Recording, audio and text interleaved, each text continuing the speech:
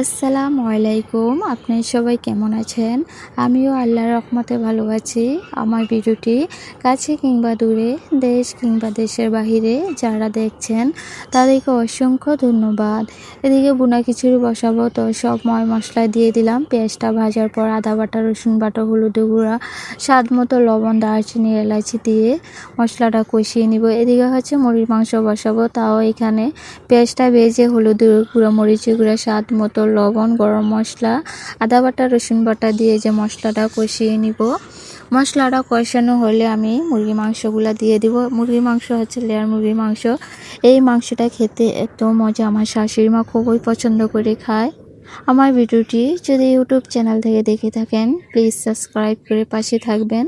আর পুরাতন আপু ভাইয়াদেরকে অসংখ্য ধন্যবাদ। এদিকে মশলাটা কষানো হয়ে গিয়েছে, এখন চাল ডাল দিয়ে দিলাম।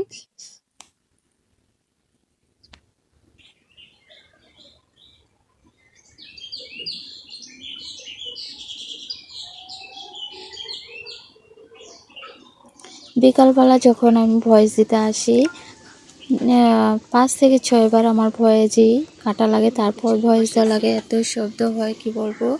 দুপুরে দিলে একটু কমই হয়, বেশি কাটা লাগে না। যাই হোক, ঘুমের কারণে দুপুরবেলা ভয়েসটা দিতে পারি না। তো এদিকে হচ্ছে মুরগির মাংস কষিয়ে নিচ্ছি অল্প অল্প পরিমাণে পানি দিয়ে। এদিকে হচ্ছে শাশুড়ি মার জন্য সেমাই রান্না করে নিলাম কুকুলা নুডলস দিয়ে। আমার শাশুড়ি মা খুবই পছন্দ করে কুকুলা নুডলসের সেমাই, তার জন্য 2 প্যাকেট সেমাই রান্না করে নিলাম। আর এদিকে দেখেন আমার বোনা খিচুড়িটা কত সুন্দর হয়েছে, একদম ঝরঝরা হয়েছে। বিশাল বড় হাঁড়িতে রান্না করেছি যেন রাত্রে সহ খেতে পারি। রাত্রে আর কোনো কিছু রান্না করব না, এগুলা দিয়েই চালিয়ে দিব। এদিকে দেখেন আমার মুরগির মাংস কালারটা কত সুন্দর হয়েছে। এই ঝোলটা এতটুকুই রেখে দিব যেন খিচুড়ি দিয়ে খেতে ভালো লাগে। একটু ঝোল ঝোল না হলে খেতে ভালো লাগে না, আবার আলু টান দিবে এই ঝোলটা। তো এখন নামিয়ে নিব, আমার মাংস হয়ে গিয়েছে।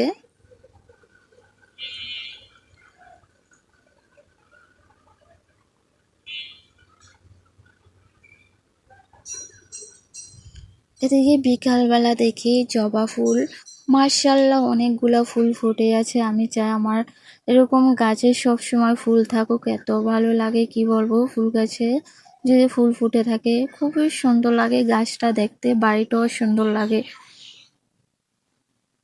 এদিকে ছাদের উপরে এসে দেখি জান্নাতীদের মানে চিপস বানানো হবে এগুলা দিয়ে। এই যে এগুলার পিছনে এত কষ্ট করছে। আলুগুলা প্রথমত সিদ্ধ করে ঠান্ডা করে বড় মানে আলু ভর্তার মতো করে, তারপরে দলা করে আবার ঠান্ডা করে আবার কেটে তারপর রোদ্রে দেয়। মানে অনেক কষ্ট।